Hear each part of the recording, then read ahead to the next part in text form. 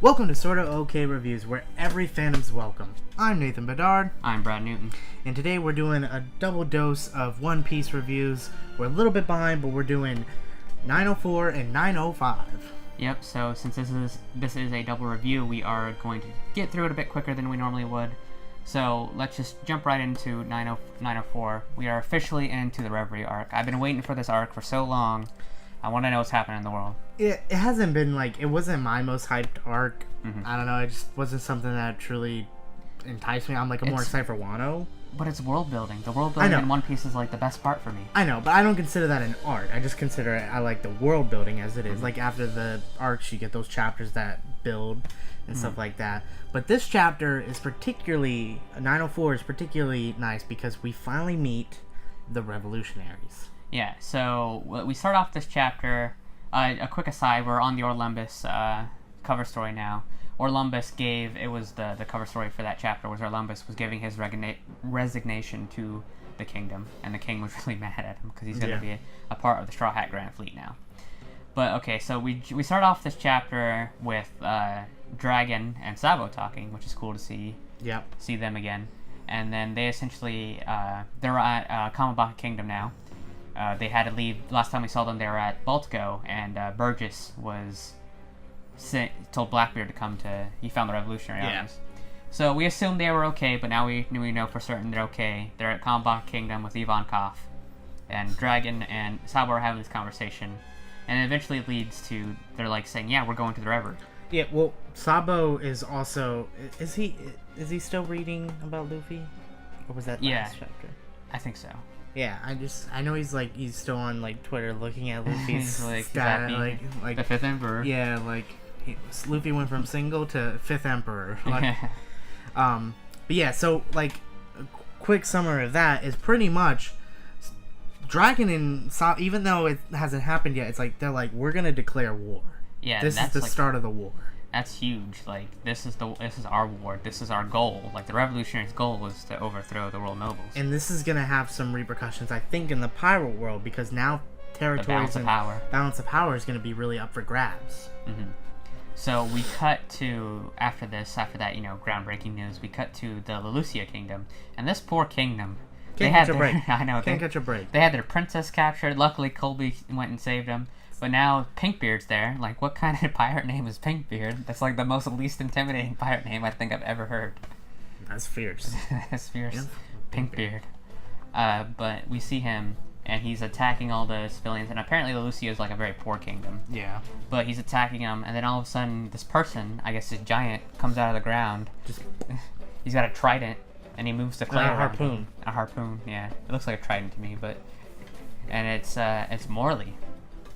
And this is at the point we're introduced to essentially the four commanders of the four different areas of the world. Yeah, of the Revolutionaries. Yeah, it's essentially the Revolutionaries' Yonko commanders in sense. That's why. Yeah, I assume the equivalent is. So we're just gonna break them down. They come in and they start helping the Lucia Kingdom fight back. So in order of they're introduced, there's a whole page spread on them. The first one's called Morley. He's in charge of the West, the West Army of the Revolutionary Army. And he has clay powers, and he's a giant, and he has this thing where he thinks people look at him and call him pretty.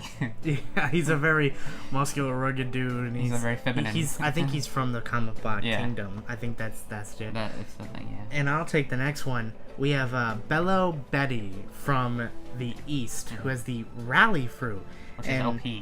And let me just say, Bello Betty is beautiful. She is definitely one of my new sexiest One Piece characters.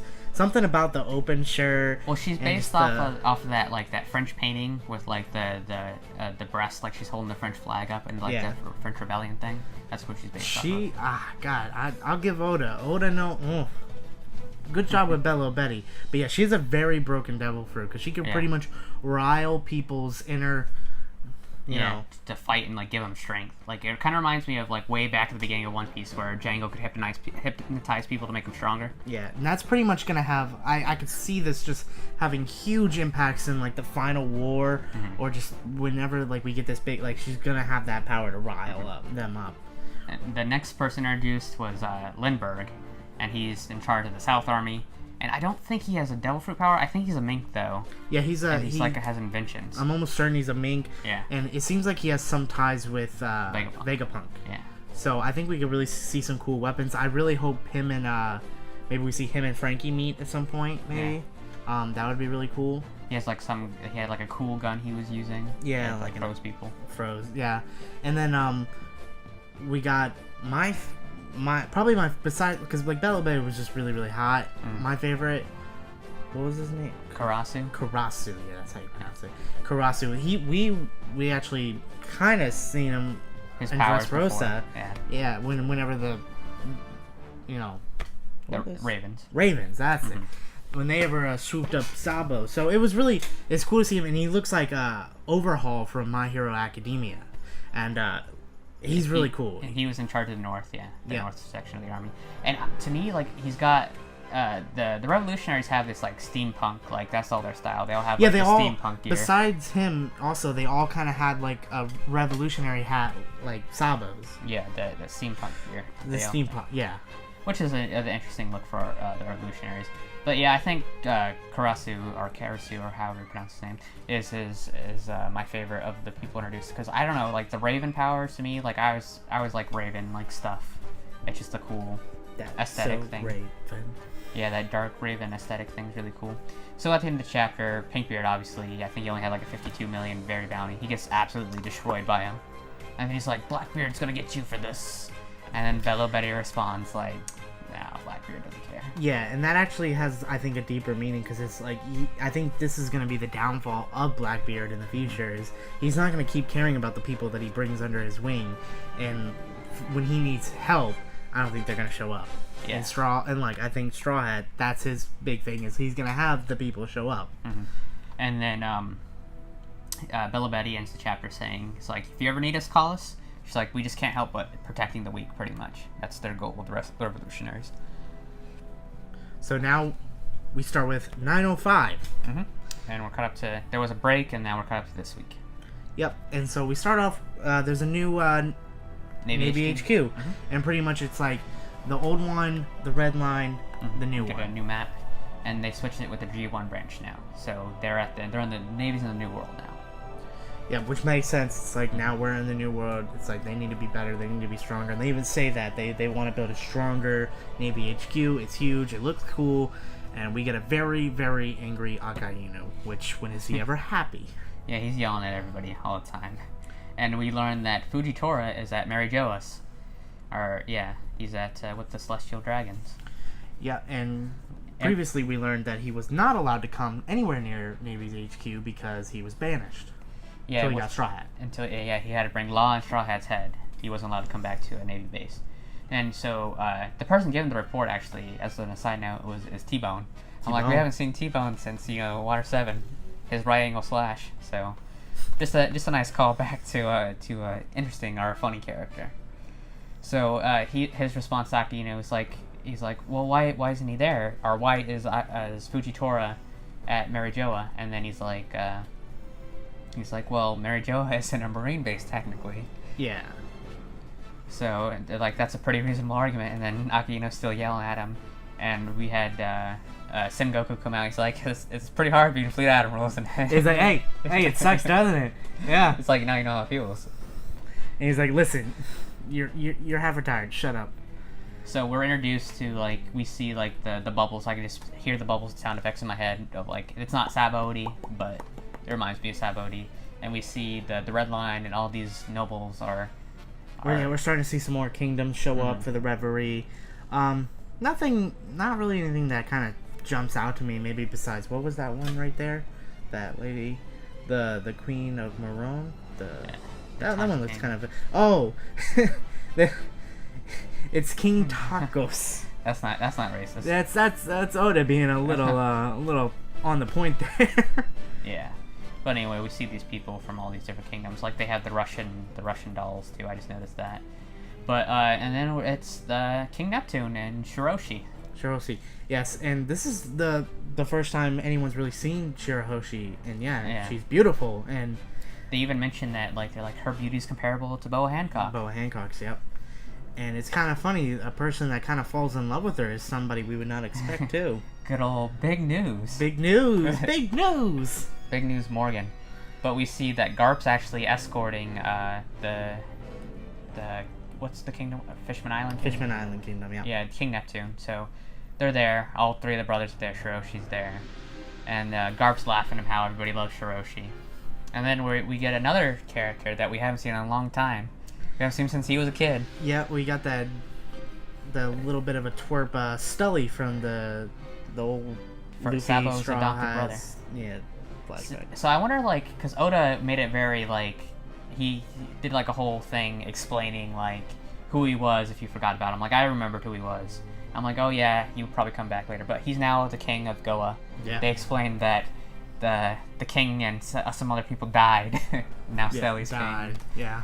So he didn't cheat there at all. And he talks to Garp real quick, and he's like, "Hey Garp, I'm your king too." And Garp's like, "Yeah." What makes you think? So, do you think Sabo's parents died? I think Sabo's parents are alive. Oh. I just think they adopted him so he could be king. But yeah, Stelly tells Garp, he's like, "I'm your king too," and Garp pretty much just laughs it off. He's still Luffy's grandpa. Like, he cares about noble status and everything. But I do actually, now thinking about it, I wonder if, like, Sabo doesn't care about his parents at all, pretty much. Mm-hmm. But I mean, I bet if he finds out that Stully killed them to get that status, I bet that could lead to something. I don't think they're dead. You don't think they're dead? I don't think they're dead. But I mean, we'll see. You could now that could, maybe they're there and they just haven't showed him. And if Sabo goes to try and attack Stully, maybe the parents step in to save him. Maybe. We'll see. And Stelly makes the little mention to Garp. He's like, "Hey, I want to be a celestial dragon." And Garp's pretty much like, "Why would you want to be one of those scumbags?"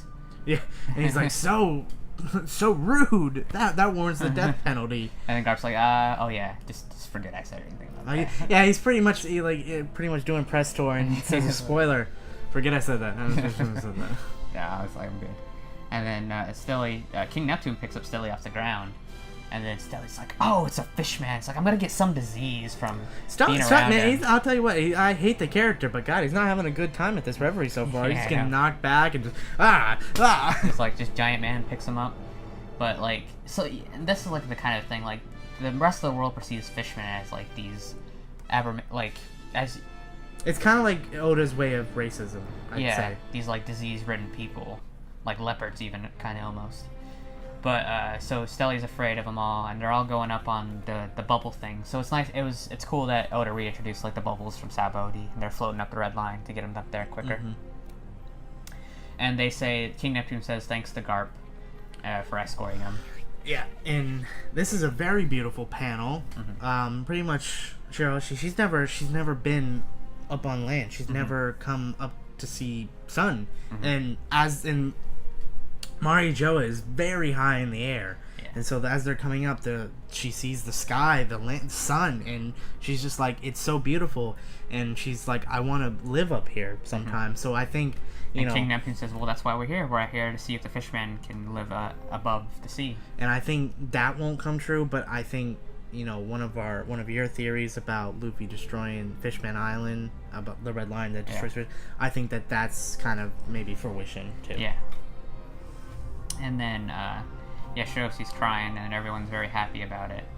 And then we get introduced to the new admiral.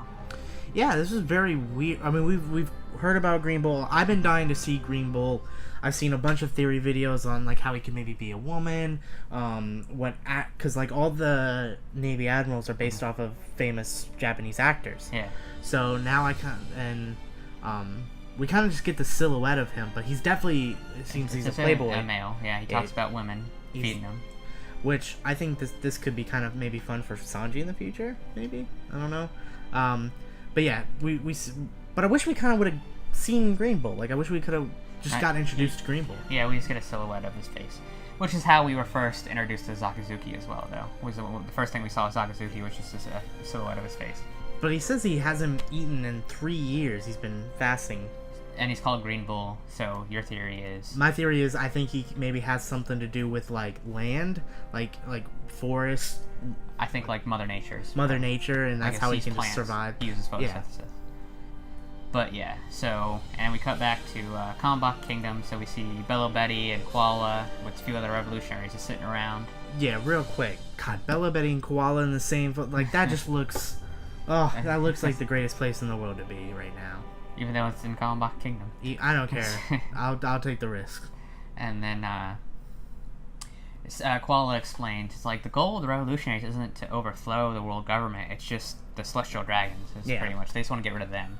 Like, we don't mind the kingdoms, that part of it's fine. Yeah, I mean, there's always going to be bad kingdoms, stuff like that, but, like, you know, and the world government is technically not bad. There are bad people, some bad people in it, but everyone in the celestial dragons are bad. Like, everything they do is bad.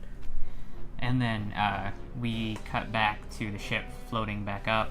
Stelly is like saying there was like a giant man, like you didn't see him, like he's like still complaining about King Neptune. Yeah, there was a giant man, and like we get the ravens. Yeah, some ravens are flying by. Yeah, they're gonna pop the bubble. Stelly's like, they're gonna pop the bubble, and then Shiroshi's just there. It's like, oh, I've never seen birds before. He's just all calm about it. Yeah. Stelly's freaking out, and then Stelly's guard's like, don't worry, sir. Like, birds never popped the bubble before. We'll be fine. And then we get to see who the person actually is, and it's Sabo. Their revolutionaries have already infiltrated the Reverie.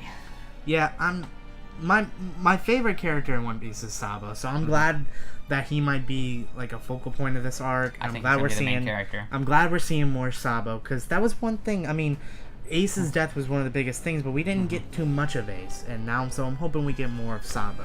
And it's interesting. It looks like this arc's going to be, I don't know how long it's going to be, but it's going to be completely done without Luffy. So I don't know the last time or if it's ever been done where Luffy's just not been in an arc. But also I do think that this arc's going to be very quick, because I mean we could have had it where we were this chapter and the revolutionaries are still not there. No, they're there. They're ready to go. It seems like. So yeah, we'll probably get a few chapters of some revelations, but I'm really excited to see where this arc goes in the world building that's about to happen. Everyone has different agendas and stuff they want to push. Oh, and pretty much we also, by the way, Fujitora states that he wants to abolish the 7 warlords. 7 warlords. So he wants to get rid of the 7 warlords. Revolutionaries are going to attack. King Neptune wants fishermen to live above sea. So everyone's got, stuff they want to bring to the table. All right, but I think that's going to do it for our double review of One Piece chapter 904 and 905. Yep. One real quick theory I also want to throw out there. I do think that something I could see happening. I could see Akiyuno getting very pissed about Fujitora being there, and I really could see if the way Fujitora sees things go down, I could very much see Fujitora secretly joining the Revolutionaries for a little bit. I don't think so, but we'll see. Anyway, that's gonna be it. Yep, that's going to do it for our little double dose review of 904 and 905. We love talking about One Piece, and we like to shout out some of our favorite, One Piece supporters too. Go check out the One Piece podcast to get more in depth with One Piece. But that's going to do it for us. We hope you have a very good day. And as always, hit that subscribe button. Probably pop up over around Sabo over there. And then last week's chapter review will be right here. Thank you very much, and have a good day.